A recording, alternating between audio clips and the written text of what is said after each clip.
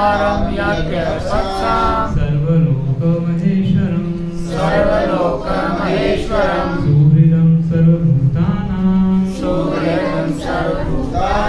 ज्ञात्वा मां शान्तिमिच्छति भोक्तारं यज्ञतपसां सर्वलोकमहेश्वरं सुहृदं सर्वभूतानां ज्ञात्वा मां शान्तिमिच्छति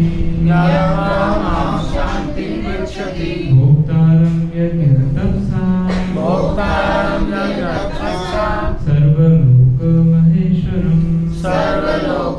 सर्वलोकमहेश्वरं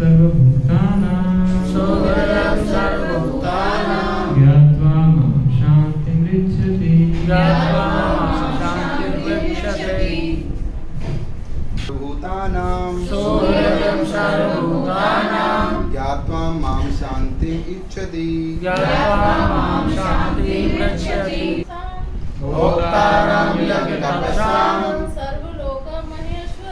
सर्वलोकमहेश्वरं सुहृदं सर्वभूतानां ज्ञात्वा मां शान्तिमिच्छति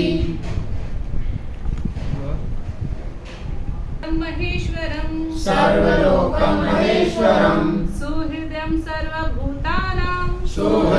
सर्वभूतानां ज्ञात्वा मां शान्तिमिच्छति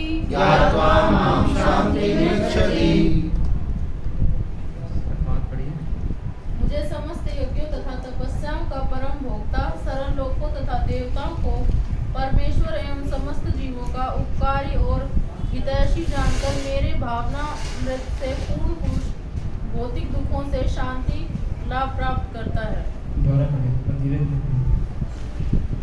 मुझे समस्त यज्ञों तथा तपस्याओं का परम भोक्ता समस्त लोकों तथा देवताओं का परमेश्वर एवं समस्त जीवों का उपकारी एवं हितैषी जानकर मेरे भावना मृत से पूर्ण पुरुष भौतिक दुखों से शांति लाभ प्राप्त करता है। तो इस श्लोक को गोपाल जी पीस फॉर्मूला बोलते थे। पीस फॉर्मूला मतलब शांति प्राप्त करने की विधि। इसमें भगवान क्या बता रहे हैं? शांति प्राप्त करने की विधि। माता जी आगे सब लोग वो अंदर आना, वो तो अंदर नहीं आता।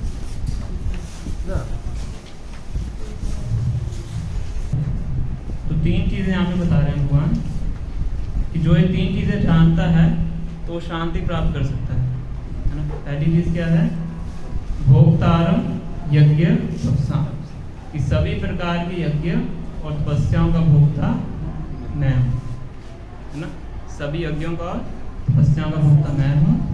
सर्वलोक महेश्वरम, सभी लोगों का एकमात्र मालिक मैं हूँ, कंट्रोलर मैं हूँ सभी लोगों का। इस लोक का भी, इसके ऊपर लोग हैं उनका भी, इसके नीचे लोग हैं उनका भी।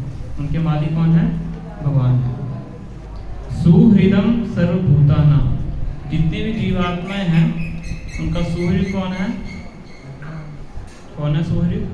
सुहृद किसको बोलते हैं? बिना किसी स्वार्थ के मित्र होता है। और हृदय मतलब हृदय, जो हृदय के सबसे पास रहता है उसको सुहृद बोलते हैं। तो आपकी इच्छाओं को समझता है, आपके स्वभाव को समझता है, आपके मन को समझता है, उसको बोलते हैं सुहृद। तो हमारे सुहृद कौन है? भगवान। भगवान कह रहे हैं सुहृदम सर्वभूतानां, सभी जीवात्माओं का सुहृद कौन है? मैं हूँ। ज्ञात्वा मां, जो इस चीज को समझता है, शांति मृच्छति, उसको शांति प्राप्त होती है। तीन चीजें हैं, मैं सभी यज्ञों और तपस्याओं का भोक्ता हूँ, सभी लोगों का मालिक हूँ और सभी जीवात्माओं का सुहृद हूँ, वेल विशर फ्रेंड हूँ। सबका मैं अच्छा ही चाहता हूँ। सुहृद होता है वो हमारे लिए मैं हमेशा अच्छा ही चाहता है, कोई बुरा नहीं चाहता है। तो भगवान हमारे लिए हमेशा अच्छा ही चाहते हैं, इसलिए हमारे क्या हैं? वेल विशर हैं, सुहृद। तो इस बात को समझता है तो उसको शांति प्राप्त हो सकती है। इसका तात्पर्य पढ़िए, गोपाल जी क्या बता रहे हैं इसमें। माया के वशीभूत सारे बद्ध जीव इस संसार में शांति प्राप्त करने के लिए उत्सुक रहते हैं, किंतु भगवत गीता के इस अंश में वर्णित शांति के सूत्र को वे नहीं जानते। शांति का सबसे बड़ा सूत्र यही है कि भगवान कृष्ण समस्त मानवीय कर्मों के भोक्ता हैं। मनुष्यों को चाहिए कि प्रत्येक वस्तु भगवान की दिव्य सेवा में अर्पित कर दें, क्योंकि वे ही समस्त लोकों और उनमें रहने वाले देवताओं के स्वामी हैं। उनसे बड़ा कोई नहीं है। वे बड़े से बड़े देवता शिव और ब्रह्मा से भी महान हैं। वेदों में भगवान को तमीश्वराणाम परम महेश्वरम कहा गया है। माया के वशीभूत होकर सभी जीव सर्वत्र अपना प्रभुत्व जताना चाहते हैं, लेकिन वास्तविकता तो यह है कि सर्वत्र भगवान की माया भी प्रभुत्व है। भगवान प्रकृति के स्वामी हैं और बद्ध जीव प्रकृति के कठोर अनुशासन के अंतर्गत हैं। जब तक कोई इन तथ्यों को समझ नहीं लेता, तब तक संसार में व्यष्टि या समष्टि रूप में शांति प्राप्त कर पाना संभव नहीं है। कृष्ण भावनामृत का यही अर्थ है। भगवान कृष्ण परमेश्वर हैं और देवताओं सहित सारे जीव उनके आश्रित हैं। पूर्ण कृष्ण भावनामृत में रहकर ही पूर्ण शांति प्राप्त की जा सकती है। तो गोपाल जी हम बता रहे हैं कि संसार में जितने बद्ध जीव हैं, सबका लक्ष्य क्या है? शांति प्राप्त करना। और शांति हम किस तरीके से ढूंढते हैं? किस चीज में हम शांति ढूंढते हैं या सुख ढूंढते हैं? भौतिक चीजों में। भौतिक चीज, उदाहरण से बताइए। भौतिक में तो बहुत धन चाहिए तो धन से आधी शांति आ जाएगी। लग्जरी लाइफ में माता जी से बता रही हैं, पैसा वो और लोगों में ढूंढते आपसे संबंध, आपसी संबंधों में ढूंढते हैं। प्रशंसा हो थोड़ी खाने में अच्छी जगह भ्रमण करने में, अच्छी जगह भ्रमण करने में, हिंदी शक्ति, तो फिर भी जनरल वर्ड हो गया। माता जी ने स्पेसिफिक करते हैं। और बताइए, खाना हो गया, घूमना हो गया ना, संबंध हो गए, धन हो गया, और भक्ति को छोड़ के सब चीजों में हर जगह हम अपना वर्चस्व दिखाना चाहते हैं कि हम ही महान है, हम देवता हैं। हाँ, हर जगह हम अपना प्रभुत्व दिखाना चाहते हैं, इन्फ्लुएंस दिखाना चाहते हैं। 5 चीज़ों की। और बताइए, कहाँ हम सुख ढूंढते हैं? वो जनरल वर्ड हो गया, स्पेसिफिक बताएंगे। सुंदरता बताया, घूमने में ढूंढते हैं। ऐसे स्पेसिफिक चीज़ें बताइए। हम अपनी सुंदरता में अपना सुख ढूंढते हैं। अपने आप को सजा के, दूसरों को दिखा के मैं कितना सुंदर लग रहा हूँ, उसमें हमें खुशी की प्राप्ति होती है। और बताइए। ना लग्जरी लाइफ, वो सारी लग्जरी लाइफ एक ही बात में वो सब कुछ खत्म हो गया, सब कुछ आ गया। तो इन सब चीज़ों में क्या करते हैं? सुख ढूंढने का प्रयास करते हैं, पर इसमें सुख प्राप्त नहीं होता है। क्यों प्राप्त नहीं होता है? थोड़ी देर के लिए होता है बस। हाँ, क्षणिक सुख प्राप्त होता है, वो भी इमेजिनेशन में होता है। वो सुख नहीं होता है, इमेजिन करके व्यक्ति सुख होता है। सुख प्राप्त करने का प्रयास करता है, ख्याली पुलाव बनाते हैं। और जब वास्तविकता उस चीज़ को करता है, उसमें सुख प्राप्त नहीं होता है। और सुख प्राप्त कहाँ से होता है? जब हम इन 3 चीज़ों को समझते हैं कि मैं भोक्ता नहीं हूँ। भोक्ता कौन है? भोक्ता भगवान कृष्ण। वो एंजॉय कर सकते हैं, वो 16,108 रानियों को भी मेंटेन कर सकते हैं, है ना।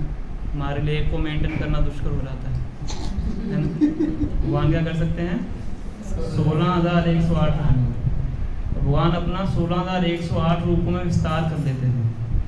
द्वारका में प्रवेश करते थे तो 16,108 कृष्ण हो जाते थे। और हर रानी को लगता था कि मैं ही, मेरे पास ही कृष्ण रहते हैं, बाकियों के पास नहीं जाते हैं।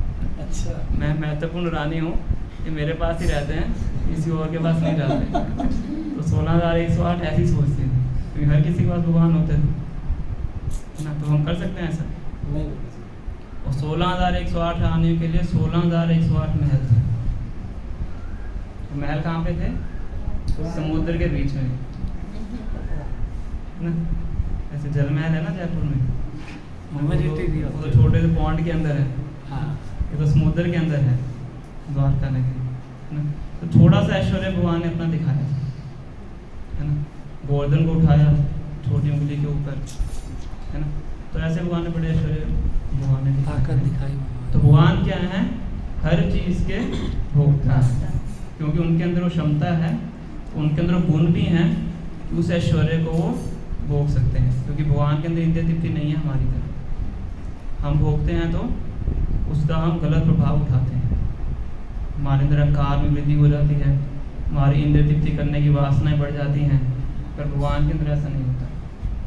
भगवान तो पूर्णतः डिटैच है, वो दूसरों को सुख प्रदान करने के लिए अपना सानिध्य दूसरों को देते हैं, निजी उसके लिए उनको आवश्यकता नहीं है।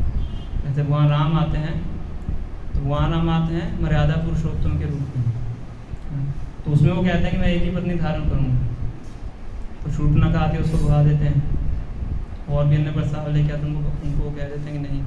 ऋषि मुनि मिलते हैं उनको दंडकारण्य के जंगल के अंदर, कहते हम आपके साथ इस प्रकार से व्यवहार करना चाहते हैं, कहते इस रूप में तो मैं नहीं कर पाऊंगा, इसमें तो मर्यादा पुरुषोत्तम के रूप में आया हूँ, जब मैं कृष्ण भगवान के रूप में आऊँगा तब मैं आप सबकी इच्छाएं पूरी करूँगा, तब मैं लीला पुरुषोत्तम के रूप में आऊँगा, है ना।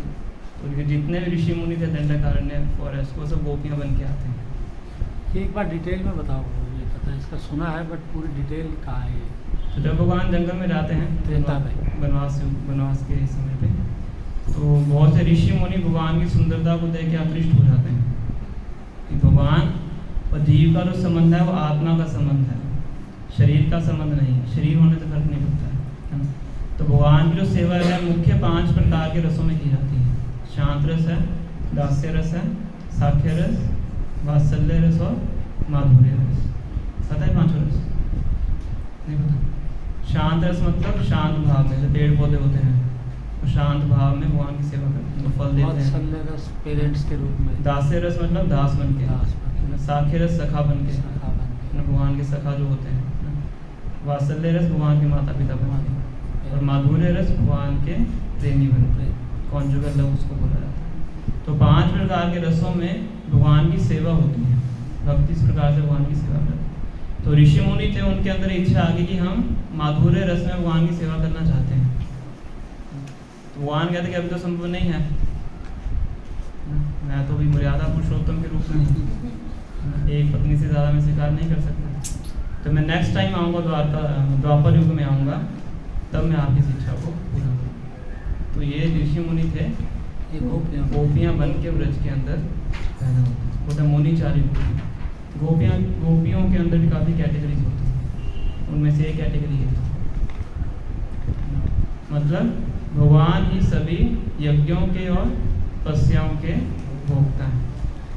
हम भोक्ता नहीं बन सकते हैं, भोक्ता बनने का प्रयास करते हैं तो हमें अलग अलग प्रकार के भी रिएक्शन लगते हैं, क्योंकि हमारे अंदर क्षमता नहीं है। अगर हम भगवान को भोक्ता मान के उनकी सेवा करते हैं ना, भगवान को भोग लगाते हैं भगवान की प्रसन्नता के लिए, भगवान की प्रसन्नता के लिए भगवान का श्रृंगार करते हैं, भगवान के लिए कुकिंग करते हैं, भगवान के मंदिर की सफाई करते हैं, भगवान की प्रसन्नता के लिए, तो फिर हमें शांति प्राप्त होती है। ये फॉर्मूला जैसे भगवान ने बता रहे, भोक्तारम यज्ञ तपसा, तो इस चीज़ को समझता है कि मैं ही सभी यज्ञों का और तपस्याओं का भोक्ता हूँ। हम भी तपस्या करते हैं ना, जो साधारण संसारिक जीव है वो भी तपस्या करता है कि नहीं? कुछ भी प्राप्त करना इस संसार के अंदर तपस्या करनी पड़ती है। स्टूडेंट है वो तपस्या करता है पढ़ाई करने के लिए, एक बिजनेसमैन है वो तपस्या करता है धन कमाने के लिए, एक जॉब पे जाता है वो तपस्या करता है धन कमाने के लिए। बहुत सी तपस्याएं हम करते हैं, और उस तपस्या का केंद्र बिंदु कौन है? मैं खुद हूँ, अपने लिए कर रहा हूँ ना, उसका भोग मैं करना चाहता हूँ। बिजनेस अच्छा चलेगा, उसका जो धन आएगा उसका भोग मैं करना चाहता हूँ, इसलिए वो तपस्या में दुखदायी लगती है, इसलिए कष्ट होता है, उसका रिएक्शन भी लगता है। अगर यही तपस्या हम भगवान की संतुष्टि के लिए करते हैं, क्योंकि भगवान की तपस्याओं की भोक्ता है, तो वो तपस्या हमारे लिए आनंददायक हो जाती है। भक्ति में भी तपस्या करते हैं, 4 नियम का पालन करते हैं, भगवान को संतुष्ट करने के लिए तपस्या करते हैं, मेहनत करते हैं, है ना, और उससे हमें आनंद की प्राप्ति होती है, क्योंकि वो तपस्या भगवान के भोग के लिए है, और यही तपस्या हमारे लिए संसार से मुक्ति के दरवाजों को खोलती है। तो इसलिए भगवान कह रहे हैं कि इस चीज़ को समझें, भोक्तारम यज्ञ तपसा। तो कोई कह सकता है कि भगवान ही भोक्ता क्यों है? ये तो गलत बात होगी। भगवान इतने शक्तिशाली इसलिए अपना वो चला रहे हैं। भगवान भोक्ता क्यों है? हमारे अंदर वो कैपेबिलिटी नहीं है प्रभु जी, या चलो वो तो हमारी बात होगी। अच्छा, पर भगवान भोक्ता क्यों है? इसीलिए तो मैं वही कह क्योंकि रहा हूँ, हमारे अंदर भगवान उतने इतना उन जितना भगवान शक्ति नहीं हमारे है। अंदर है ना, तो हमारे अंदर भी तो परमात्मा तत्व है।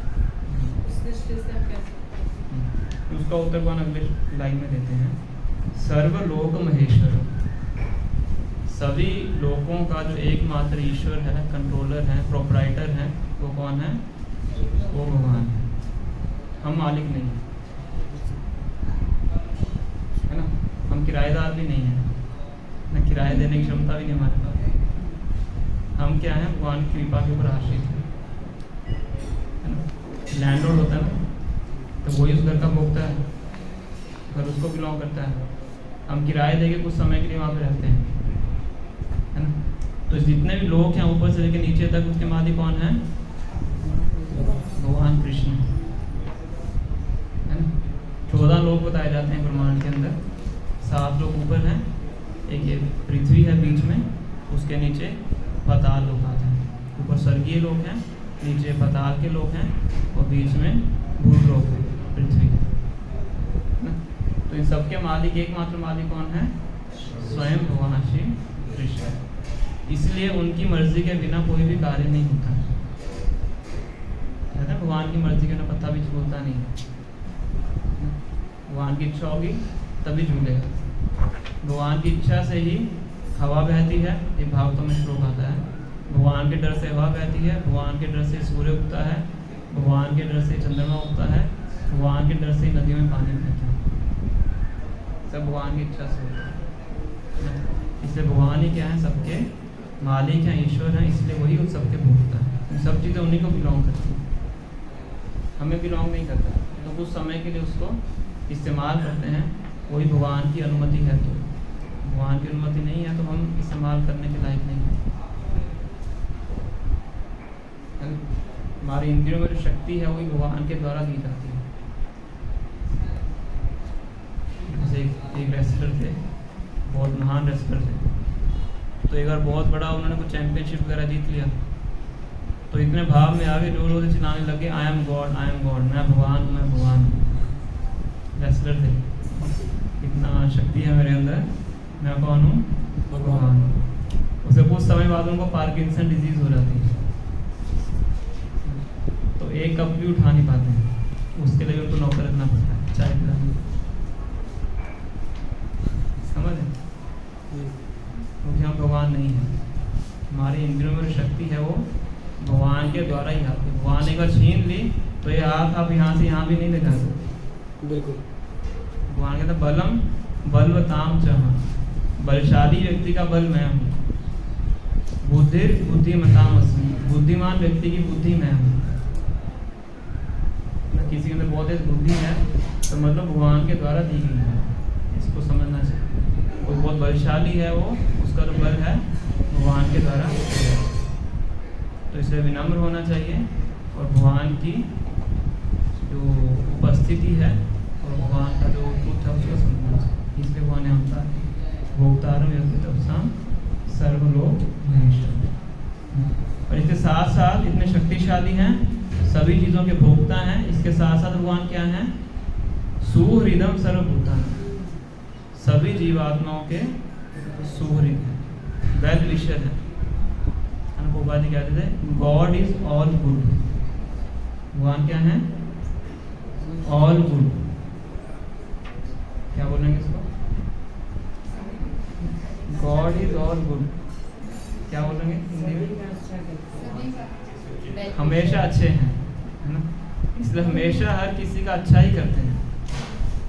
भगवान किसी का बुरा नहीं करता। पर आप कहोगे कि संसार में लोगों के साथ बुरा होता है ना। धोखे भी दिए जाते हैं संसार के अंदर, चोरी चकारी भी होती है, और भी गलत चीज़ें होती हैं जो हमें लगता नहीं होनी चाहिए। तो फिर वो कौन करता है? अंदर भेजिए।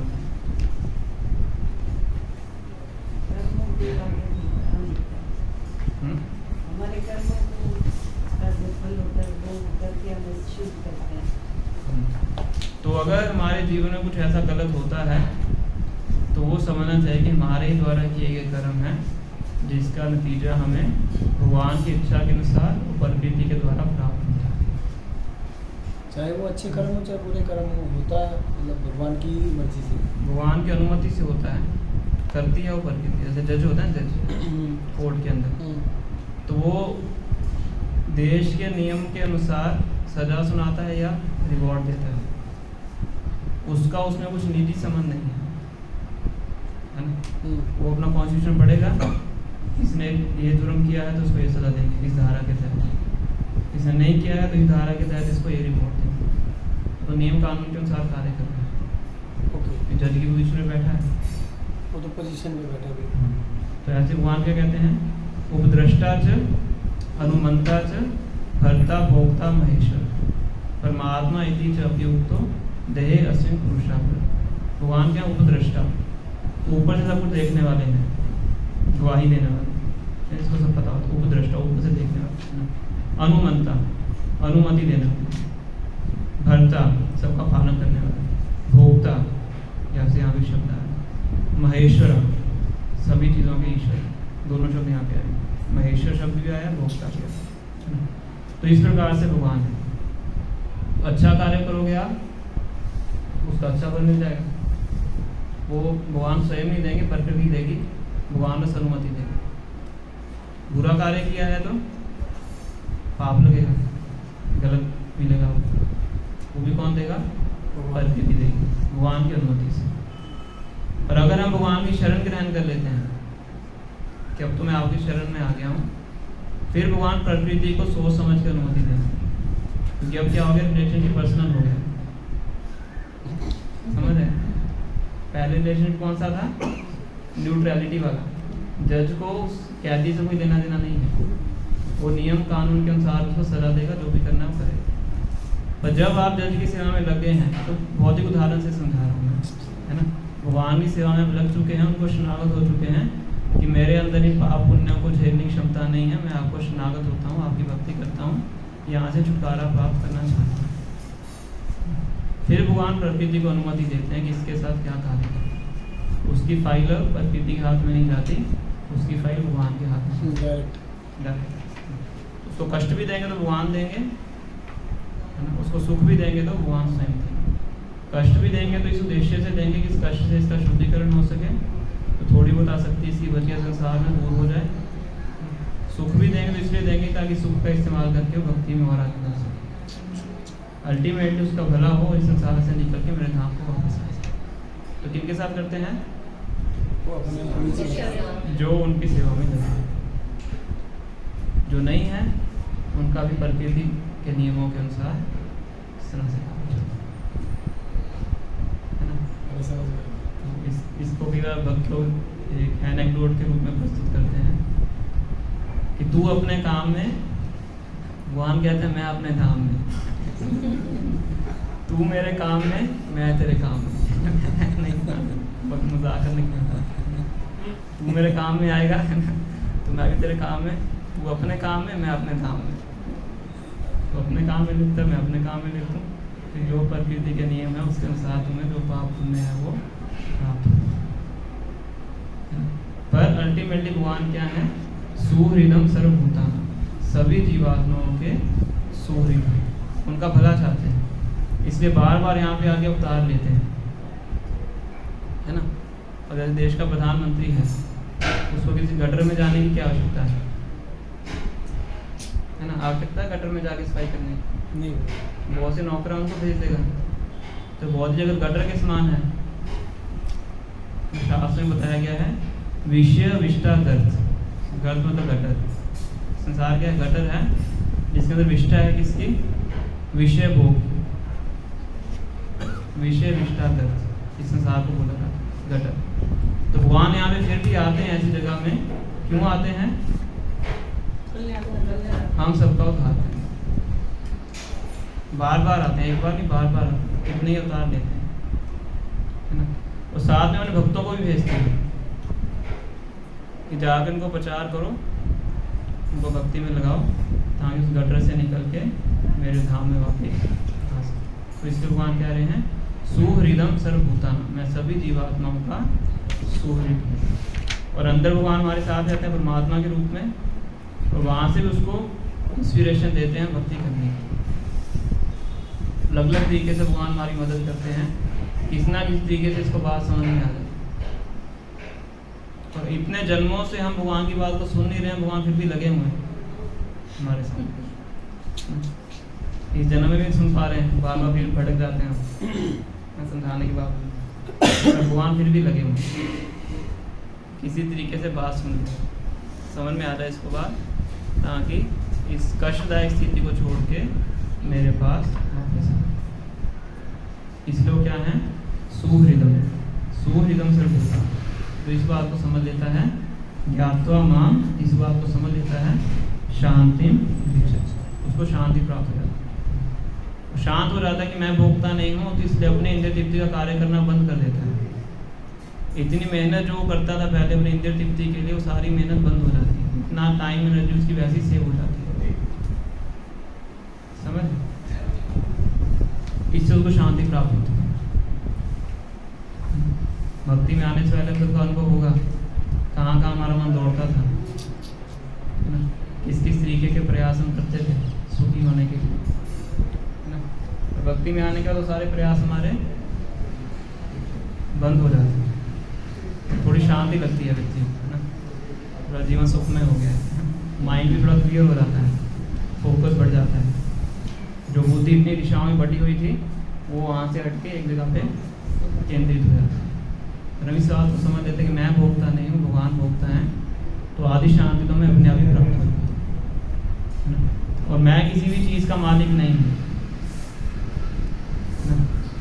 मैं अपने संबंधियों का भी मालिक नहीं हूँ। जब उसको ये समझ में आ जाता है तब उसको शांति प्राप्त होती है। अदरवाइज अपना प्रभुत्व जमाने के लिए उसको बहुत प्रयास करना पड़ता है, बच्चों के ऊपर, रिश्तेदारों के ऊपर, प्रॉपर्टी के ऊपर, इन सब के ऊपर अपना प्रभुत्व जमाते हैं, ये मेरे हैं, और वहीं से कष्ट मिलता है ना, क्योंकि हम ये सोचते हैं कि मेरे हैं, है ना, हमारी एक्सपेक्टेशन के अनुसार वो कार्य करते नहीं तो कष्ट मिलता है। तो प्रॉपर्टी छीन ले तो कष्ट हो जाता है ना, बच्चे बात ना माने तो कष्ट हो जाता है, कुछ और घाटा वगैरह हो रहा है तो कष्ट हो जाता है, क्योंकि अंदर ये भावना है कि ये मैं इनका स्वामी हूँ। पर हम ये समझ लेते हैं कि स्वामी मैं नहीं हूँ, स्वामी कौन है, भगवान है, तो भी थोड़ी शांति प्राप्त होती है। सत्य तो यही है, हम किसी को भी हम कंट्रोल नहीं कर सकते, हमारे अंदर क्षमता नहीं है। छोटे बच्चों को भी हम कंट्रोल नहीं कर सकते। हिरण्यकशिपु था, इतना बड़ा वो दैत्य था, इंद्र जैसे जो देवता थे उसके ये आईब्रो को हिलाने से डर जाते थे, भागवतों में लिखा हुआ है, इतना डर था। तो छोटा था 5 साल का बच्चा, उसकी बात नहीं मानता था, वो भी खुद का गोद में बिठा के पूछता था, बताओ स्कूल में क्या सीख के आए। वो कहते कि मैं स्कूल में सीख के आया हूँ कि आप इस घर को छोड़ दीजिए और जंगल में जाके विष्णु का आश्रय लीजिए। विष्णु कौन है, उनके शत्रु हैं, मतलब वो शत्रु मानता है। तो कहता है कि बच्चे को किसी ने बहका दिया है, हाँ छोटा सा बच्चा है, गलत ज्ञान दे दिया है, तो टीचर्स को बुला के डांटा, उनको बोले दोबारा जाओ, इसको सही ज्ञान सिखा के वापस लेके आओ। तो 6 महीने बाद दोबारा आते हैं, एक सेमेस्टर पूरा करके, शंडोरा मर के स्कूल में जाते हैं, शुक्राचार्य के बेटे थे, तो दोबारा गोद में बिठाते हैं, कहते बताओ क्या सीख के आए। तो श्रवणम कीर्तनम विष्णु स्मरणम पाद सेवनम अर्चनम अन्वयम दास्यम सख्यम आत्मवेदनम इति पुंसार्पिता विष्णु भक्ति चेन अवलक्षणा क्रिएत भगवती अर्था तन्मन्य अधीतम उत्तम। तो मैं ये समझता हूँ इस दुनिया में सबसे उत्तम चीज़ क्या है, भगवान विष्णु के बारे में सुनना चाहिए, भगवान विष्णु के बारे में बोलना चाहिए, भगवान विष्णु के चरणों की सेवा करनी चाहिए, उनकी पूजा करनी चाहिए। पूरी 9 विधियाँ बता दी भक्ति, नवदा भक्ति जिसको बोलते हैं, जिसका हम पालन करते हैं, श्रवणम कीर्तनम स्मरणम पाद सेवनम, है ना। तो तुरंत उनको उठाते हैं, गोद से नीचे पटक देते हैं। मेरा बेटा होकर मेरी बात नहीं मानता है, फिर अपने सिपाहियों को बुलाते हैं, इसको ले जाओ, मैं तो इसको मार नहीं सकता, मेरा बेटा है, तलवार मुझसे उठाई नहीं जाएगी, तुम जाके इसको मारो। वो पूरा प्रयास करते हैं, कभी हाथी के पाँव के नीचे, कभी आग में डालते हैं, कभी पहाड़ से फेंकते हैं, कभी जलते हुए तेल में डाल देते हैं, कभी सांपों के बीच में डाल देते हैं, कि मृत्यु नहीं होती। और क्रोधित हो जाता है, फिर अंत में खुद ही तलवार निकाल देता है, मैं खुद ही मारता हूँ। पूछता है तुम्हारे पास बल कहाँ से आ रहा है? अरे जहाँ से बल तुम्हारे पास आ रहा है वहीं से बल मेरे पास आ रहे हैं। बहुत ज़्यादा उनको वो कर देते हैं। अरे मेरे पास बल विष्णु से आ रहा है। अरे बताओ तुम्हारे विष्णु कहाँ हैं? कहते विष्णु तो सर्वत्र हैं, हर जगह हैं। क्या इस खंबे में भी हैं? इस खंबे में भी हैं। तो खंबे में जोर से तलवार मारता है, वहाँ से नरसिंह देव प्रकट होते हैं, वध कर देते हैं, है ना। तो इस संसार में हम किसी को भी वश में करके नहीं रख सकते हैं ना। इतना बड़ा राक्षस, इतना बड़ा दैत्य 5 साल के छोटे बच्चे को भी नहीं वश में कर सकते, क्योंकि हम वश में करने वाले नहीं। सर्वलोक में ईश्वर कौन है? स्वयं भगवान श्री कृष्ण। इसको समझना चाहिए। जब इस चीज़ को समझ लेते हैं तो जब हमारे जीवन में ऐसी स्थितियाँ आती हैं जो हमारे हाथ में नहीं होती, तो हमें समझ में आता है कि हम कंट्रोलर नहीं है। कंट्रोलर कौन है? भगवान है। तो फिर हमें शांति प्राप्त होती है। अदरवाइज हम क्या लगते हैं? फालतू के प्रयासों में लगे रहते हैं, परिस्थितियों को ठीक करने में लगे रहते हैं, टेंशन में रहते हैं, एंग्जाइटी में रहते हैं, डिप्रेशन में चले जाते हैं, दवाइयाँ शुरू कर देते हैं और गलत गलत चीज़ें शुरू हो जाती हैं, क्योंकि हम गलत समझ बैठे हैं। हमारे अंदर परिस्थितियों को ठीक करने की क्षमता भगवान कर सकते हैं। करना चाहेंगे करेंगे, नहीं करना चाहेंगे तो नहीं करेंगे। तो आप ये समझ के खुश रहिए और अपना भक्ति का कार्य कीजिए। हरी बात। समझ रहे? या पीस फॉर्मूला वो और थर्ड है सुहृदम सर्वभूतानां। भगवान ही एकमात्र सुहृद हैं सजीवात्मा। हम भगवान के बिहाफ पे सुहृद का रोल प्ले कर सकते हैं, पर हम पूर्ण मात्रा में सुहृद नहीं है। कई बार हम किसी व्यक्ति को देखते हैं बहुत कष्ट में है, तो हम उसका कष्ट निवारण करने का प्रयास करते हैं। उसके अंदर भी अहंकार की भावना होती है कि मैं कष्ट दूर करूँगा, मैं इसको खाना खिलाऊंगा। तुम एक दिन खिला दोगे, बाकी पूरा जीवन खिला सकते हो? कुछ लोग समाज से कार्य करते हैं, इस तरह सोचते हैं मैं भूखों को खाना खिलाऊंगा। कितनी देर खिला दोगे और कितनों को खिलाओगे? और कितनों को खिलाओगे? पर अगर हमें सुहृद बनना भी है तो भगवान के बिहाफ पे सुहृद बन सकते हैं। मतलब भगवान की ये जो ममता है उसको डिस्ट्रीब्यूट कर सकते हैं भगवान की भक्ति के रूप में। जो खाना खिलाना है तो भगवान को भोग लगा के प्रसादम के रूप में खिलाएं, तो उसका पेट भी भरेगा, साथ में उसको भक्ति प्राप्त होगी। किसी ना किसी दिन जाके भक्ति प्राप्त करते हैं और भगवान का प्रसाद प्राप्त करते हैं। तो एक दिन आप इसको खिलाओगे, पूरा जीवन उसका पेट नहीं भर सकते। और किसी को भगवान से मिलवा दिया आपने तो उसका पूरे जीवन का कार्य आपने कर दिया। तो खुद सुहृद बनने का प्रयास नहीं करना चाहिए। भगवान के बिहाफ पे हम सुहृद का रोल प्ले कर सकते हैं भगवान की भक्ति को बांट के, क्योंकि हम सुहृद नहीं हैं, हमारे अंदर क्षमता नहीं है। अपना ही पालन पोषण नहीं कर सकते हैं, दूसरे का बीड़ा कैसे उठाएं? फंस जाएंगे उसमें। इसलिए भगवान के बिहाफ पे हम सुहृद का रोल प्ले कर सकते हैं। उससे उसका वास्तविकता में बेनिफिट हो सकता है। अब किसी का वास्तविकता में भला करना चाहते भी हैं, आपके अंदर वो भावना है तो अच्छी भावना है। किसी का रियली आप बेनिफिट करना चाहते हैं तो उसको आप भक्ति में दो, उससे उसका रियल बेनिफिट है, अदरवाइज उसका रियल बेनिफिट नहीं। इंग्लिश में बोलते हैं ना, if you give one person a fish you feed him for the day. किसी को आपने खाने के लिए कुछ दिया तो आपने उसको एक दिन के लिए उसका पेट भर दिया। If you teach him how to catch a fish, अगर आपने उसको सिखा दिया कि मछली कैसे पकड़नी है, you feed him for his whole life, तो आपने उसका पूरे जीवन खाने का प्रबंध किया। इंग्लिश में कहावत है, ऐसा नहीं मछली देनी है कहावत है।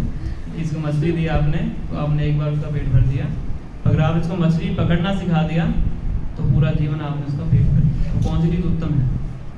सेकंड वाला है ना सिखाना। तो इसी प्रकार से किसी को हम भगवान से जोड़ देते हैं तो ये आपने उसका परमानेंट सोल्यूशन कर दिया।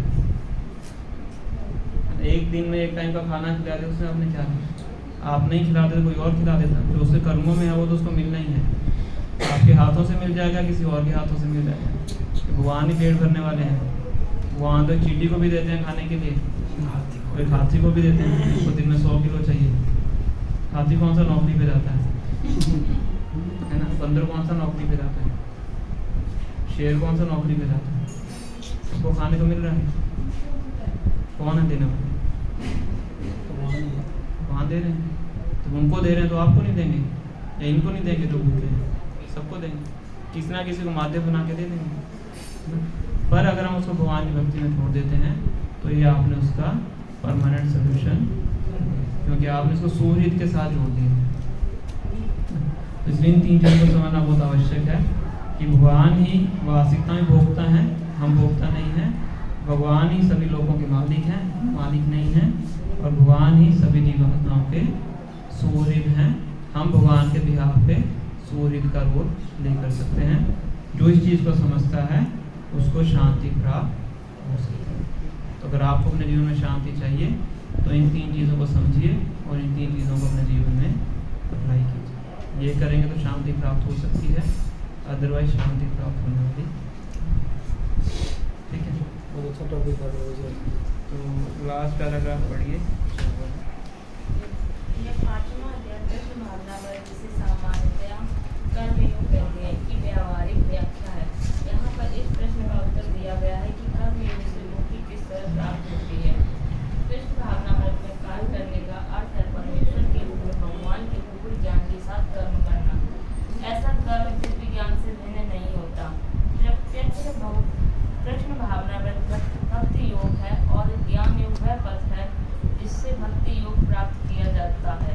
कृष्ण भावनामृत का अर्थ है परमेश्वर के साथ अपने संबंध का पूर्ण ज्ञान प्राप्त करके कर्म करना, और इस चेतना की पूर्णता का अर्थ है कृष्ण या श्री भगवान का पूर्ण ज्ञान। शुद्ध जीव भगवान के अंश के रूप में ईश्वर का शाश्वत दास है। वह माया पर प्रभुत्व जताने की इच्छा से ही माया के संपर्क में आता है और यही उसके कष्टों का मूल कारण है। जब तक वह पदार्थ के संपर्क में रहता है उसे भौतिक आवश्यकताओं के लिए कर्म करना पड़ता है, किंतु कृष्ण भावनामृत उसे पदार्थ की परिधि में स्थित होते हुए भी आध्यात्मिक जीवन में ले आता है, क्योंकि भौतिक जगत में भक्ति का अभ्यास करने पर जीव का दिव्य स्वरूप पुनः प्रकट होता है। जो मनुष्य जितना ही प्रगत है वह उतना ही पदार्थ के बंधन में मुक्त रहता है। भगवान किसी का पक्षपात नहीं करते। ये तो कृष्ण भावनामृत के लिए व्यक्तिगत व्यवहारिक कर्तव्य पालन पर निर्भर करता है, जिससे मनुष्य इंद्रियों पर नियंत्रण प्राप्त करके इच्छा तथा क्रोध के प्रभाव को जीत लेता है, और जो कोई उपर्युक्त कामेच्छाओं को बस में करके कृष्ण भावनामृत में दृढ़ रहता है वह ब्रह्म निर्वाण या दिव्य अवस्था को प्राप्त होता है। कृष्ण भावनामृत में अष्टांग योग पद्धति का स्वयं अभ्यास होता है, क्योंकि इससे अंतिम लक्ष्य की पूर्ति होती है। यम नियम आसन प्राणायाम प्रत्याहार धारणा ध्यान तथा समाधि के अभ्यास द्वारा धीरे धीरे प्रगति हो सकती है, किंतु भक्ति योग में तो ये प्रस्तावना के स्वरूप है, क्योंकि केवल इसी से मनुष्य को पूर्ण शांति प्राप्त हो सकती है। यही जीवन की परम सिद्धि है। तो अगर अभी आपका कोई प्रश्न है तो आप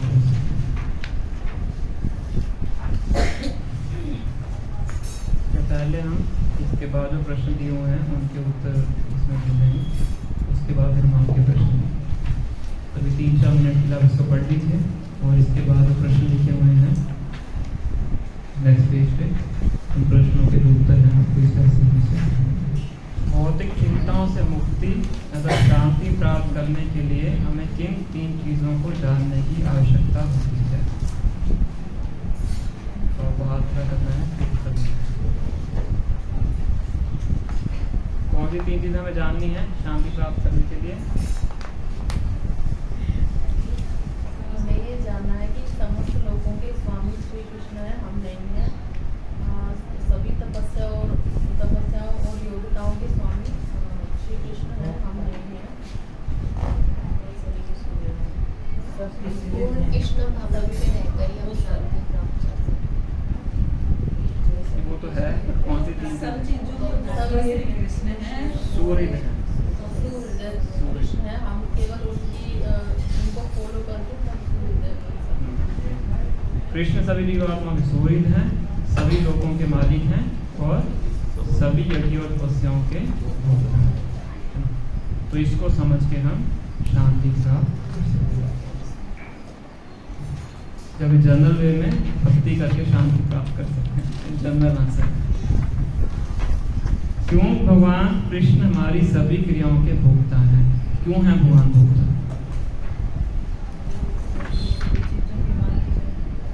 क्योंकि सभी लोगों के मालिक। प्रथम पैराग्राफ के तीसरी लाइन में इसका उत्तर है, क्योंकि वे ही समस्त लोगों तथा उनमें रहने वाले देवताओं के स्वामी, इसलिए कृष्ण ही सभी क्रियाओं के भोक्ता है। भौतिक जगत में जीव माया की सेवा क्यों करता है?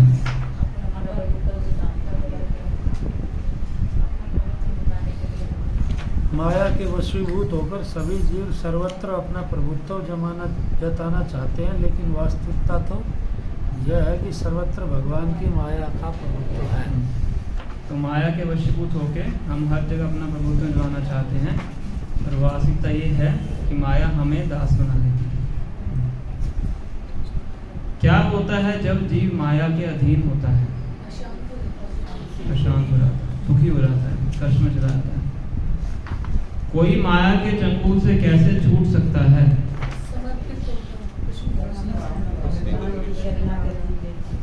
भगवान की शरणागत होकर पूर्ण कृष्ण भावना मृत में रहकर ही पूर्ण शांति प्राप्त की जा सकती है। वो तो ठीक है, पर प्रश्न ये है कि माया से कैसे छूटा जा सकता है? अपने आप को पूरे तरीके से कृष्ण को सौंप देना। कृष्ण को शरणागत होके माया को हम माया से छुटकारा प्राप्त करते हैं। जैसे कि मान लीजिए किसी घर में आप गए, उस घर में कुत्ता रखा हुआ है ना, तो जैसे आप दरवाजा खोलेंगे कौन आएगा? कुत्ता दौड़ के आएगा। पर उसका मालिक अगर देखेगा ये तो मेरा दोस्त है, तो कुत्ते को आवाज़ लगा के बुला लेगा तो कुत्ता उसको छोड़ देता है। तो जो माया है वो भगवान की सेविका है, ब्रह्म संहिता में बताया गया। तो अगर भगवान बोलेंगे कि ये मेरा व्यक्ति है, मुझे शरणागत है, तो इसको छोड़ दो, तो माया उसको छोड़ना पड़ता है। क्यों कृष्ण भावनामृत में किया गया कार्य जीवन में सबसे उच्चतम कार्य माना जाता है?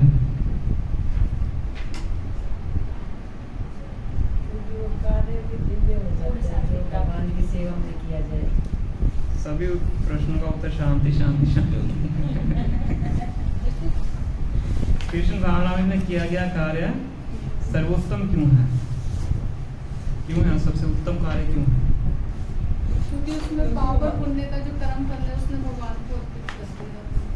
तो पाप और पुण्य के चक्कर से उसको छुटकारा मिल जाएगा। और बताइए।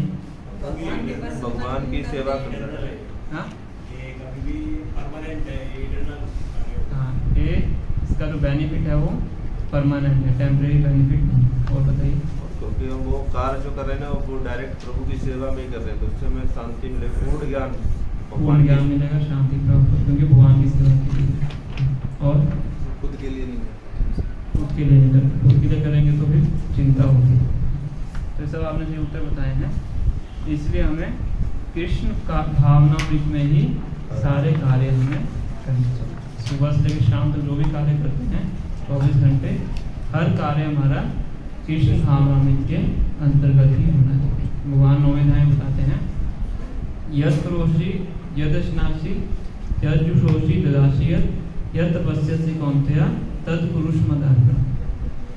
जो भी करते हो, जो भी खाते हो, जो भी दान देते हो, जो भी तपस्या करते हो, कुछ भी करते हो, सब कार्य मुझे अर्पित करते हुए। खाना भी है तो भगवान को भोग लगा के खाएं, नाम लेना है तो भगवान श्री कृष्ण का नाम लें, कार्य करना है तो भगवान के लिए कार्य करें, धन कमाना है भगवान के लिए धन कमाएं। इस प्रकार से अगर हम कार्य करते हैं 24 घंटे हम कृष्ण भावनामृत में रह के कार्य करते हैं, तो ये कार्य हमारे लिए इस संसार के बंधन से छुटकारा प्राप्त करने का कार्य करते हैं। महर्ष सेवान द्वारा जब हम भगवान की भक्तों की सेवा करते हैं तो मुक्ति के द्वार हमारे खुल जाते हैं। इसके बिना कार्य करते हैं तो नरक के द्वार खुल जाते हैं। तमो द्वारम योषिताम संगी संगम। पाप में कार्य करेंगे तो नरक के दरवाजे कौन से दरवाजे आपको खोलने हैं वो आपके ऊपर निर्भर करता है। पहले का खुलोड़ा बंद हो जाएगा प्रभु जी, हाँ, पहले का खुलोड़ा बंद हो जाएगा। पहले का ओपन किया पहले के वो- पाप कर्मों से जो नरक के दरवाजे खोल रखे हैं, क्या वो भी बंद हो जाएंगे भक्ति करने से? अगर अच्छे से करेंगे तो भगवान बंद कर देंगे। बंद कर। भगवान कह रहे हैं हम तमाम सर्व पाप देवी मोक्षिष्य हूँ, सभी पापों को मैं खत्म कर दूँगा अगर मुझे सुना। भगवान को शरणागत कैसे हो? जो गुरु के आदेश है उनका पालन करें अच्छे से। 16 माला का अच्छे से जप करें, 4 नियम पूर्ण करें, भगवान को भोग लगा के खाएं, भगवान के प्रचार के लिए सहयोग दिखा देते हैं, भूल जाएंगे द्रोह में। सबसे बड़ा 4 नियम में फंस जाता है आदमी। और कोई दिक्कत नहीं। ये 4 नियम तो होते हैं। 4 नियम 4 नियम तो हमें मनुष्य बनाने के लिए, जानवर से मनुष्य बनाने के लिए 4 नियम है। उसके बाद 16 माला है वो भक्ति का कार्य है। 4 नियम वाला रोना हो जाता है प्रभु जी। 16 सॉरी प्रभु जी बोलेंगे पहले जी आप। 16 माला तो फिर भी easy है, लेकिन 4 नियम में वो आजकल वो प्याज लहसुन छोड़ना वो सब यही है। हमारे 16 घर में माला वो बात है ना। 16 माला इसलिए ईजी है क्योंकि भक्ति का कार्य है, भक्ति का कार्य सारा ईजी होता है। अगर 16 माला पे ध्यान देंगे तो बाकी जो 4 नियम पालन करने में छोटी बहुत त्रुटियाँ हैं वो अपने आप हो जाएंगी। तो मेन फोकस हमारा भगवान के नाम पे होना है, बाकी जो थोड़ा बहुत ऊपर नीचे है वो अपने आप भक्ति ठीक है। प्रभु जी 4 नियम पालन होते हैं, सारी चीज़ें होती है, बट जब गुरु की आज्ञा वाली बात आती है ना तो ये कलयुगी बुद्धि तर्क वितर्क करने लगती है। इसका क्या इलाज है? तो इसका मतलब श्रद्धा की कमी है, और श्रद्धा विकसित होती है हमारी हरे कृष्ण महामंत्र का ध्यान से जप करके। हमारी सबसे बड़ी दिक्कत है कि हम जब ध्यान से नहीं करते हैं, संख्या बढ़ा लेते हैं, उससे ज़्यादा फर्क नहीं पड़ता है। तो मेन है कि हम ध्यान से जप करें, वो हमारी गड़बड़ है। बातें करते हुए, मोबाइल को सामने रखते हुए, घूमते फिरते हुए, टीवी देखते हुए, टीवी देखते हुए, सोते हुए, लेटते हुए, किसी न किसी तरीके से संख्या पूरी कर लेते हैं। संख्या पूरी करना भी अच्छी बात है, टोटल पूरा करने तैयार। पर अगर हम ध्यान से करेंगे तब फिर उसका पूर्ण फल प्राप्त होता है। फिर श्रद्धा डेवलप होगी। श्रद्धा डेवलप होगी, हृदय में जो गंदगी है वो निकलेगी। 4 नियम कौन से हैं? पता नहीं। और फर्स्ट टाइम आया क्लास में। तो 4 नियम हैं। पहला है नो मीट ईटिंग, मांसाहार नहीं करना। उसके अंदर अनियन गार्लिक भी आता है, ये तमोगुनी आहार। बाकी तो पता ही है, मीट हो गया, एग्स हो गए, ये सब चीज़ें। सेकंड है नो इंटॉक्सिकेशन। नो इंटॉक्सिकेशन नशा नहीं, जिसके अंदर चाय कॉफ़ी भी आती है। चाय कॉफ़ी हो गया, चॉकलेट हो गई, क्योंकि इनके अंदर इंटॉक्सिकेटिंग इंग्रेडिएंट्स होते हैं, कैफीन होती है, निकोटीन होता है, कोकोआ से बनती है चॉकलेट। ये नहीं करना। फिर थर्ड है no gambling, stock market, horse riding, gambling, ये सब चीज़ें नहीं करना। फोर्थ है नो इलिसिट रिलेशनशिप, शादी के बाहर और शादी में भी संतान उत्पन्न करने के बिना यौन संबंध करना, उसको इलिसिट रिलेशनशिप होना। तो ये 4 नियम है जिसको पालन करना।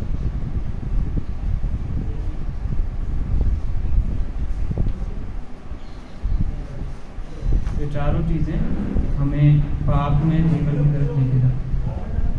अगर इनको हम छोड़ देते हैं तो हमारा जो पवित्र जीवन है वो शुरू होता है, और हम अपने खुद अपने जीवन में इसका अनुभव कर सकते हैं। जिन्होंने करने का प्रयास किया उन सबका अनुभव हो गया। चाहो तो अपना अनुभव शेयर भी कर सकते हो सबकी भलाई के लिए, कोई शेयर करना चाहे। भी पहले पालन नहीं करते थे, अब भक्ति में आने के बाद पालन करना शुरू किया है, तो आपको अपने जीवन में क्या बदलाव नजर आता है? शांति। शांति। पहले की बजाय काफ़ी शांति है। सही बताया इन्होंने। 4 नियम पालन करने शांति प्राप्त होती है, हमारा मन स्थिर होता है, और वो फिर हमारे चेहरे पे भी दिखाई पड़ता है। भक्ति में आके भक्तों का चेहरा भी बदल जाता है। ऊपर कहते थे कि उनकी सुंदरता में वृद्धि होती है जी बहुत। 4 नियमों का पालन करने से। और बताइए, कोई और बात बताइए। जैसे आपने बताया कि प्रश्न बाद में अभी हमने पूछा कि कोई वक्त अपना शेयर करे। जैसे अपने आप से ही अंदर से ही आनंद आना शुरू हो जाता है। अंदर से आनंद प्राप्त होता है, बहुत अच्छा है। और गुस्से में कम होता है। गुस्सा कम इरिटेशन नहीं होता है। इरिटेशन था हर बात में इरिटेशन, बच्चे ने कुछ कहा गुस्सा आ गई, 2 थप्पड़ बैठा दिए, अब ऐसा बच्चे का भी लाभ हो गया ना आपके 4 नियम पालन करने से बच्चे का लाभ हो गया। पहले ऑफरिंग करते थे स्टार्ट में तो जबरदस्ती करवाते थे तो मुझे बहुत गुस्सा आता था। दिन में इतनी बार ऑफरिंग करनी पड़ती है, हम परेशान हो जाते हैं। लेकिन अब जब भी कुछ बनाती हूँ या कुछ भी फ्रूट्स जो भी हैं अगर हम खा रहे हैं तो सब पहले ऑफरिंग कर देती हूँ और अब इतनी दिक्कत भी नहीं होती, फटाफट हो जाता है। है नहीं भक्ति में आने से है नहीं।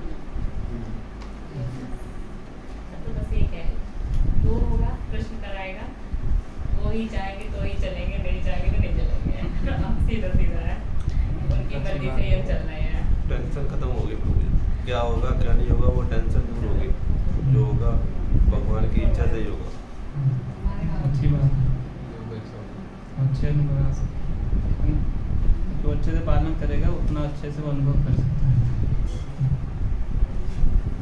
वो आप जैसे बता रहे थे ना कि कृष्ण की जैसे भक्ति करते हैं हम, तो जैसे इससे सब कुछ हो जाता है। तो कहीं कहीं मैंने ऐसे भी देखा है कि कृष्ण मतलब भगवान की भक्ति में पूरी तरह से लीन रहते हैं, लेकिन उनके कर्म जो होते हैं वो उसमें नहीं हो पाते हैं। तो फिर भगवान की भक्ति में लीन होने से ही हमारी सिद्धि नहीं होती, जहाँ तक लगता है, क्योंकि कर्म भी हमें अपने वैसे ही बनाने होते हैं। अगर कर्म ऐसे नहीं होंगे तो फिर भगवान की भक्ति चाहे पूरा दिन करते रहें आप, कर्म अगर आपके ठीक नहीं होंगे तो भी आप नहीं हो सकते सिद्धि। तो ये गलत सिद्धांत है, इसको बोलते हैं कर्म मीमांसा। भगवान खुद इसके बारे में बताते हैं। सबसे पहले तो हम समझें कि कर्म अपने आप में शक्तिशाली नहीं है कि हम कर्म करें उसका फल हमें प्राप्त होगा। ये भगवान की अनुमति से होता है। भगवान चाहें तो उसमें हस्तक्षेप कर सकते हैं।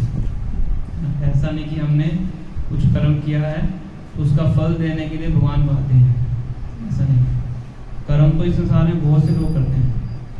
कोई एग्ज़ाम होता है, बहुत से स्टूडेंट हैं उस एग्ज़ाम को क्लियर करने के लिए मेहनत करते हैं। हर कोई एग्ज़ाम क्लियर नहीं कर पाता। कर्म तो हर कोई कर रहा है, रिजल्ट हर किसी को नहीं मिल रहा है। क्यों? क्योंकि उस कर्म के फल की अनुमति देने के लिए भगवान है। समझ रहे? तो जब तक भगवान अनुमति नहीं देंगे उसको कर्म का फल प्राप्त नहीं हो सकता। अगर उसके पहले से सुकृति है इस जन्म या पिछले जन्म में, तब भगवान अनुमति दे सकते हैं तो उसको फल प्राप्त हो सकता है। बहुत से बच्चे होते हैं कम पढ़ाई करके ही पास हो जाते हैं, कुछ होते हैं पूरा मेहनत करते रहते पास नहीं होते हैं या अव्वल नंबर पे नहीं आ पाते हैं। तो कर्म वो नहीं कर रहे हैं, कर्म कर रहे हैं। रिजल्ट तभी मिलता है जब भगवान अनुमति देते हैं। पहला पॉइंट तो ये समझना। दूसरा कंप्लीट करूँगा। दूसरा है कि अगर हम किसी को भक्ति करते हुए देखते हैं, सबसे पहले तो ये देखेंगे भक्ति वो किस तरीके से कर रहा है। जो भक्ति होती है मनमाने तरीके से नहीं होती है। भक्ति एक मालिक गुरु की, परमानिक गुरु की शरण में रह के की जाती है, उसको वास्तव में भक्ति बोलते हैं। तो पहले तो जिसको हम देख रहे हैं वो देखेंगे भक्ति वो परमानिक गुरु के सानिध्य में कर रहा है कि नहीं। अगर मान लीजिए कर भी रहा है फिर भी उसके जीवन में कष्ट आ रहे हैं, तो इसका मतलब ये नहीं कि वो उसके कर्मों का फल है। हो सकता है कि वो कष्ट उसको भगवान ही दे रहे हैं उसका शुद्धिकरण कर। कष्ट तो पांडवों के जीवन में भी आए थे, प्रेरित है कि उनके कर्मों के कारण आए थे। कष्ट तो प्रहलाद महाराज के जीवन में भी आते हैं, वो उनके कर्मों का फल नहीं है, भगवान के द्वारा दिए जाते हैं। उनका गुणगान करने के लिए, हमें संदेश देने के लिए, इस तरीके से भगवान ने कार्य करते हैं। तो ऐसा नहीं है कि जो भक्ति कर रहा है तो उसको वो भी कर्मों के अंतर्गत आता है, ऐसा नहीं। क्योंकि कर्म भगवान से शक्तिशाली नहीं है। भगवान चाहे तो किसी का भी कर्म एक सेकंड में खत्म कर सकते, पूरा खाता उसका खाली कर सकते, पॉजिटिव भी नेगेटिव, पाप भी और पुण्य खत्म कर सकते एक क्षण।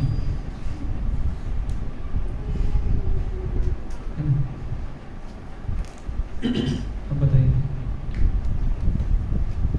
आप बोल रहे हैं कर्म, अगर मान लो कि हमने कर्म किया है, अगर हम सही दिशा में कर्म कर रहे हैं तो उसका फल तो हमें मिलना चाहिए।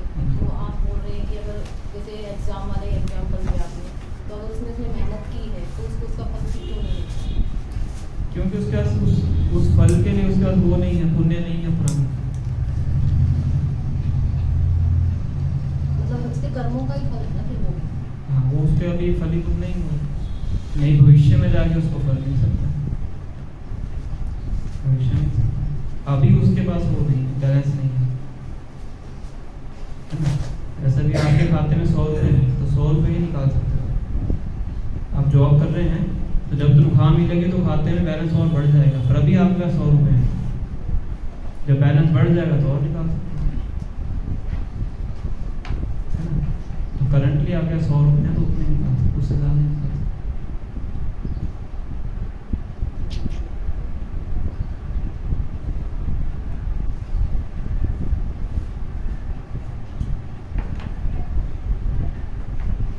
कोई और प्रश्न है किसी का? जैसे प्रभु जी आपने बताया कि 14 लोग हैं पृथ्वी पर, पृथ्वी पर नहीं, ब्रह्मांड यूनिवर्स। ब्रह्मांड में पृथ्वी उनमें से एक है। पृथ्वी एक ग्रह है, पृथ्वी के नीचे भी ग्रह है, पृथ्वी के ऊपर भी ग्रह है। और जैसे जो नासा की पिक्चर वगैरह आती है और ये तो इसमें तो पृथ्वी से दूर दूर नहीं है, तो वो फिर पाताल का है, दिखता नहीं, तो गोला सा दिखता है पृथ्वी। हाँ, तो पृथ्वी लोक का मतलब क्या है? Group of planets. ओम भू भुव स्व बोलते हैं ना, भू लोग नीचे का, भुव लोग बीच का, स्व मतलब स्वर्ग लोग ऊपर के, जन लोग, तप लोग, महर लोग, ब्रह्म लोग, ये सब ऊपर के लोग लोग हैं, मतलब ग्रुप ऑफ प्लैनेट्स। ऐसे नीचे अतल वितल सुतल तलातल महातल रसातल महातल पाताल, ये नीचे का। इसी हिसाब नासा ये सब हमारे जो इंस्ट्रूमेंट्स हैं उनकी लिमिटेशन है, ये तो एक दायरे से बाहर निकले नहीं। इस हिसाब से तो नासा अगर इतना बड़ा होता तो वो आत्मा को भी देख पाता, वो भी तो नहीं देख पाता। मटीरियल साइंस की लिमिटेशन हमारे अंदर 4 खूबियाँ हैं, तो इसीलिए जो इंस्ट्रूमेंट्स हैं उनके अंदर भी। एक भक्त की क्या परिभाषा है? भक्त की क्या परिभाषा है? भक्त की परिभाषा ये है कि जो अपने इंद्रियों से अपने इंद्रियों को भगवान की इंद्रियों को तुष्ट करने में रहता है। ऋषिकेश सेवरम भक्ति रुचि। ऋषिकेश नाम इंद्रियां, ऋषिकेश इंद्रियों के स्वामी जो कि भगवान है। तो अपने इंद्रियों को भगवान की सेवा में लगाता है तो वो भक्त है। आंखें हैं, भगवान का दर्शन करने में लगाता है। कान है, भगवान का नाम सुनने में लगाता है। जीवा है, भगवान के नाम का उच्चारण करने में लगाता है। नाक है, भगवान को अपर फूलों को सुनने में लगाता है। स्पर्श है, भगवान के भक्तों को स्पर्श करने में लगाता है। सारी इंद्रियां भगवान की सेवा करती हैं। जप में ध्यान बढ़ाने के लिए क्या क्या प्रैक्टिस करें? जब में ध्यान बढ़ाने की सबसे पहले तो जो बाह्य डिस्ट्रैक्शन है उनको दूर करें। एक्सटर्नल डिस्ट्रैक्शन क्या है? सबसे पहले मोबाइल, दूसरा जो बातचीत करते हैं, तीसरा है कि शांत जगह में बैठ के करें, एक टाइम पे एक ही कार्य करें। हमें आदत है मल्टीटास्किंग, खास तौर से उस टाइम मल्टीटास्किंग की आदत। उस टाइम क्यों है? क्योंकि हमारा ध्यान भगवान के नाम में लगता है, इसलिए माइंड कहता है कुछ और कर एंटरटेनमेंट के लिए। हम मूवी जैसे टीवी भी देख रहे हो, मान लो, और टीवी में हम मूवी देख रहे हैं, उसके साथ हम कुछ नहीं कर सकते। उस मूवी के साथ हम माला भी नहीं कर सकते, हम मोबाइल भी नहीं देख सकते, है ना। बट अगर हम लेक्चर सुन रहे हो तो हम मोबाइल में गेम भी खेल सकते हैं मल्टीटास्किंग में। ऐसा तो मूवी के अंदर पूरा ध्यान केंद्रित है ना, एंटरटेनमेंट हो रहा है ना। कितनी मूवियाँ देख चुके हैं बचपन से, गिनती नहीं है। उसका संस्कार पूरा गहरा छपा हुआ है। हमारा तो भी शुरू किया 1 साल पहले। बट 3 घंटे की मूवी में बहुत बार ऐसा होता है प्रभु जी कि आदमी इतना खो जाता है कि उन करेक्टर को रियल मानने लगता है, उनके इमोशन को फील करता है जैसा भी जैसे वो होता है। तो 3 घंटे की मूवी में जब हमारा सबकॉन्शियस या हमारा कॉन्शियस इतना हो सकता है, तो भक्ति में इतना लंबा टाइम क्यों लगता है? क्योंकि उसके संस्कार बहुत गहरे हैं। इसलिए जगत ही पूरा माया का जगत है। माया का मतलब क्या है? भ्रम। तो मूवी हमें भ्रम में लेके जाती है, इल्यूजन में लेके जाती है ना।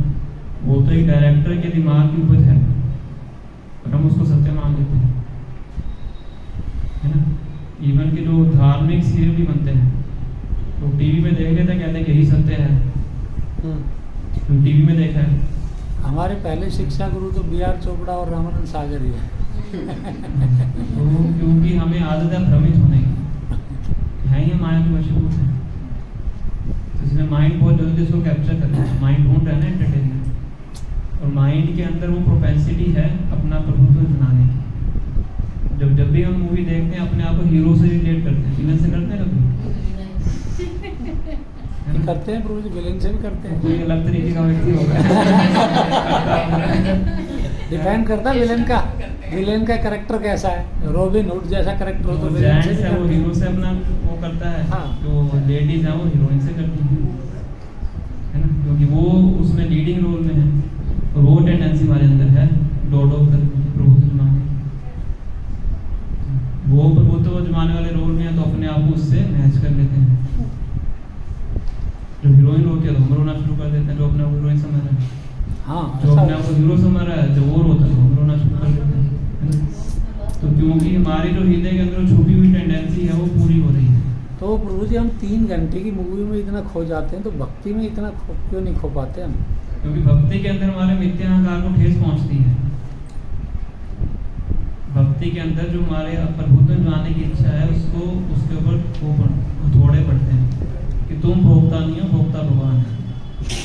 उस केस में आके मन इस बात को स्वीकार नहीं करना चाहता, क्योंकि मन के अंदर इतने पुराने संस्कार हैं, उसने उसको कन्विंस कर दिया कि तुम बहुत महत्वपूर्ण व्यक्ति हो इस संसार में, तुम केंद्र में हो। जो भक्ति करते हैं तो हमारा मन इस चीज को डाइजेस्ट नहीं कर पाता है कि भक्ति के अंदर केंद्र बिंदु कौन है, तो इसलिए समय लगता है। बट प्रभु जी जैसे आप कह रहे हो कि हम एक्सटर्नल चीज़ों को मान लो रख के हम करते हैं, तो जैसे हमसे 1 माला हो पाती है, 2 हो पाती है, फिर हम ऐसे किस्तों में करें? तो धीरे धीरे अभी मान लो आपसे 4 हो पा रही है, अगर आप प्रयास करते रहोगे धीरे धीरे वो 6 हो जाएंगी, फिर 8 हो जाएंगी, फिर 16 तक पहुँच जाएंगे। तो प्रयास तो करें। एक्सटर्नल डिस्ट्रैक्शन को दूर करना आसान है। इंटरनल माइंड मोबाइल को स्विच ऑफ करके साइड पे रखना आसान है ना? किसी से बातचीत ना करना ही आसान है, एटलीस्ट इतना तो करें हम। बाकी जो मान इधर घूम रहे चलो वो थोड़ा कठिन है, धीरे धीरे वो भी वश में आ जाएगा, पर एटलीस्ट जो कर सकते हैं उतना तो करें। मंदिर में आके करें, सुलाम में बैठ के जब करें, 3 दिन तो कर ही सकते हैं, सैटरडे संडे मंदिर होते निकल जाते, तुरंत भागने की लग जाती है, फिर वो क्योंकि यहाँ पे सोने की जगह नहीं मिलेगी 2 घंटे के लिए। असली कारण तो ये है, इसके लिए घर में जाके सो सकते हैं, कौन देखने वाले? नहीं, घर में जाके बेड पे माला हो सकती है ना, हरे कृष्ण हरे कृष्ण। यहाँ बैठना पड़ेगा। हाँ। जो आपने बताया है कि मतलब कि वो राम भगवान के मतलब कृष्ण द्वापर युग, तो वो ही वाला सखी संप्रदाय के रूप में चल रहा है इस समय, जैसे सखी संप्रदाय नहीं है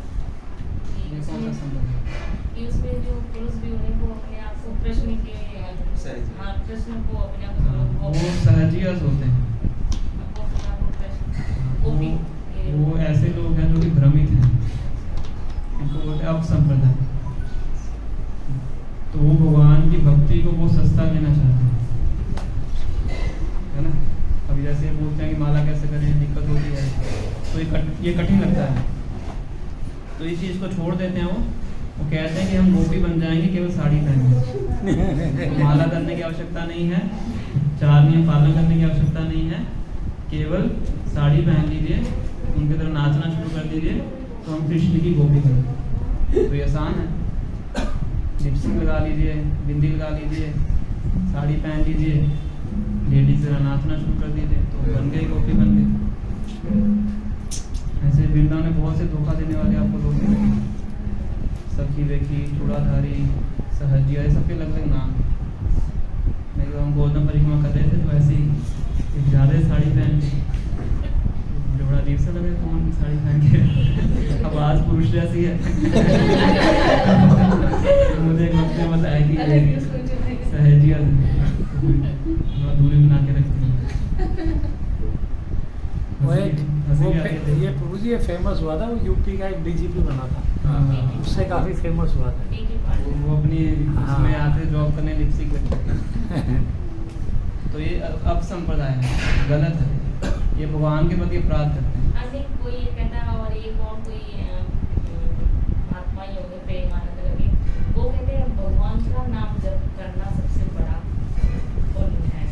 कि मतलब कि नाम जप नहीं छोड़ना चाहिए, आपको कुछ भी हो जाए, अगर आपने प्रण लेकर नाम जप करना है तो वो श्री जी ही आपका उद्धार करेंगे सब कुछ। तो यूट्यूब पे आपको बहुत से ऐसे प्रवक्ता दिखेंगे, मुझे पता नहीं आपके नाम होंगे, तो नाम ऐसे लेना भी नहीं चाहिए ना।